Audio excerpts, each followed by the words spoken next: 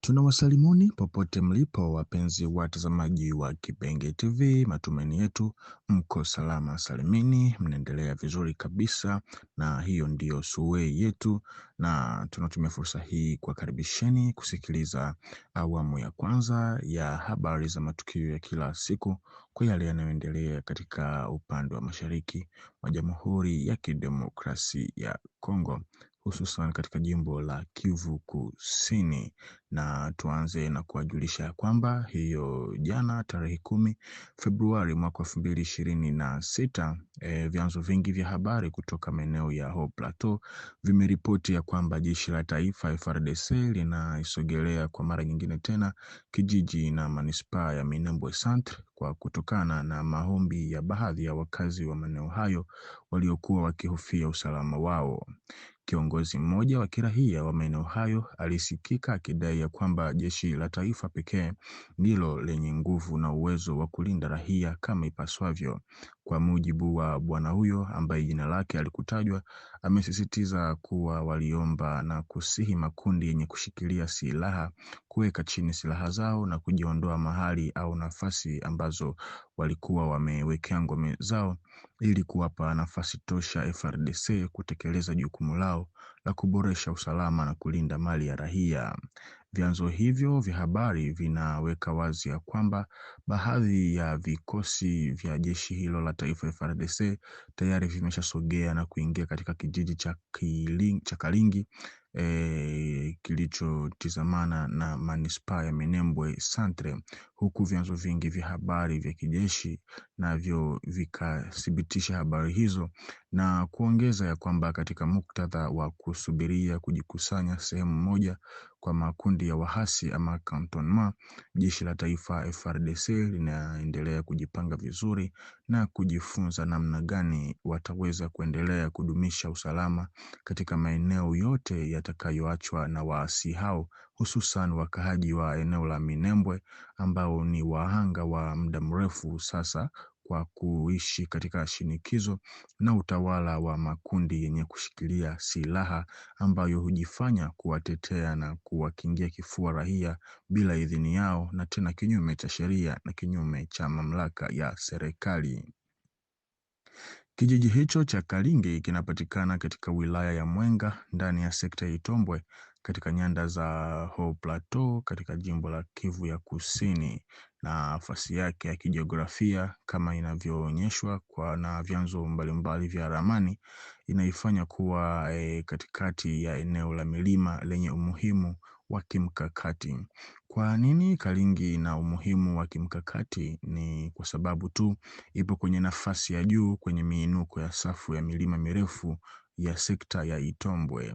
Udhibiti wa maeneo ya juu ya aina hii hutoa faida kubwa ya kijeshi kama uwezo wa kuchunguza kwa umbali mrefu, kudhibiti mabonde ya jirani na kutambua au kuzuia mapema mienendo ya adui. Maeneo ya juu pia ni ngome za asili ambazo ni vigumu kuvunjwa kirahisi katika swala nzima la mapambano kivita. Udhibiti wa njia za mawasiliano za ndani kutokana na mahali ilipo, Kalingi huruhusu kufuatilia na kudhibiti njia kadhaa zinazounganisha vituo muhimu kama Minembwe na Mwenga pamoja na barabara za pembeni zinazoelekea Fizi na Uvira. Kudhibiti eneo hili kuna tatiza sana kwa kiasi kikubwa, yani usafiri, vifaa na ugawanyaji wa vikosi pinzani vya wahasi wa Twirwaneho Red Tabara washiriki wa M23 katika eneo hilo. Wapenzi wa Kipenge TV, wacha niwakumbushe ya kwamba wilaya ya Mwenga na eneo la Itombwe lina shughuli nyingi sana za uchimbaji wa madini ya jadi, hususan dhahabu, kasterite na madini mengine. Uwepo wa udhibiti wa eneo hili unaipa thamani ya kiuchumi na kimantiki kwa kuwezesha upatikanaji wa rasilimali, mifumo ya ukusanyaji wa tozo na maeneo yanayoweza kutumika kama ngome za nyuma. Itombwe pia ni eneo la misitu na hifadhi ya ekolojia lenye ardhi ngumu na mtandao mdogo wa barabara. Katika mazingira haya, kudhibiti maeneo ya juu huruhusu kutumia vikwazo vya kijiografia kufanya operesheni zisizo za kawaida, kuzuia au kudhibiti upatikanaji wa vikosi vya adui na kulinda au kuhatarisha usalama wa wakazi wa eneo hilo. Kuchukua au kurejesha udhibiti wa eneo kama Kalingi humlazimisha adui kurudi nyuma, hupunguza uwezo wake wa uangalizi na hufungua fursa ya operesheni za mashambulizi au za kuimarisha usalama katika maeneo ya jirani. Hivyo, Kalingi ni kituo muhimu cha kimkakati kwa ajili ya kulinda usalama wa kudumu wa eneo hilo. Na kudhibitiwa kwa kijiji hicho tunachokiongelea cha Kalingi si tukio la kawaida la kijeshi, bali pia ni kuvunjika kwa ngome ya kimkakati ya waasi, na pamoja nayo itawafanya wapunguze zile simulizi zao za uongo zinazojengwa kwa makusudi kwa ajili ya kupotosha imani ya jeshi na hata ya raia pia. Kutoka kwenye kilima hicho cha Kalingi, Minembwe Centre iko kwenye uwezekano mkubwa mno wa kudhibitiwa kwa mara nyingine tena na jeshi la taifa FARDC, tena moja kwa moja bila kupitia sehemu nyingine yoyote. Na kwa hapa ile hali ya dharura ambayo labda FARDC ilikuwa inajisikia kuwemo sasa imebadilika. Swala si tena kusonga mbele kwa gharama yoyote, bali ni kuzuia sasa mitego na mashambulizi ya kushtukiza ya waasi hao wa Twirwaneho. Na tukumbushe ya kwamba pale ambapo faida tayari imepatikana, tahadhari pia inakuwa sasa ndo silaha ya kwanza kuilinda. Yani tahadhari ama onyo ndio kitu ambacho kikubwa ambacho FARDC inapashwa sasa kuishi nacho, kwa maana ardhi ni ngumu na adui anaweza kutafuta maficho au sehemu za kujifichia. Sasa inabidi uangalizi upande wa FARDC lazima uongezeke na tena uwe wa kudumu, kwa maana hapo sasa nadhani hata uwanja wa mawasiliano unaonekana kuwa wazi kwa kuongezeka. Japokuwa kuongea kwa M23 kwamba watajielekeza maeneo hayo kutoa msaada kwa wenzao katika maeneo hayo, wajue ya kwamba kwa sasa jambo hilo litakuwa gumu kidogo, maana takriban njia zote na upenyo wowote kwa sasa umefungwa na kudhibitiwa, kwa sababu maeneo yote ya kimkakati tayari yanachunguzwa na FARDC. Yani hata mipango na harakati zao katika maeneo hayo yanapaswa kuwa yanagundulika mapema bila wao kutarajia.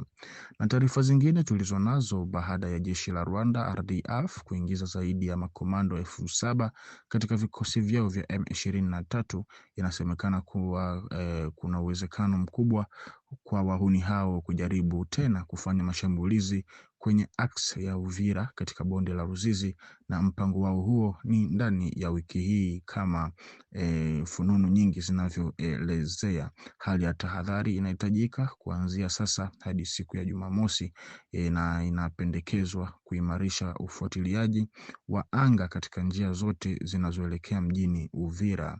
Tunatoa tahadhari pia kwa vikosi vyote vilivyo kwenye mistari ya mbele na kuchukua hatua stahiki za uangalizi na ulinzi, maana hao watu sio watu wa kuaminika.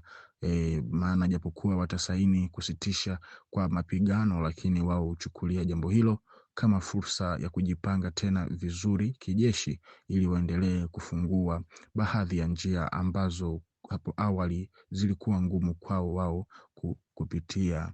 Na kwa taarifa hii, mpenzi mtazamaji wa Kibenge TV, ndiko ambako tunakwenda kuweka nukta kwa awamu ya kwanza ya habari za matukio ya kila siku ya leo tarehe 11 Februari mwaka 2026. Na kwa kuzidi kuhabarika zaidi, baki sambamba hapa hapa kwenye channel yetu ili uendelee kufaidi. Tukutane kwa majaliwa.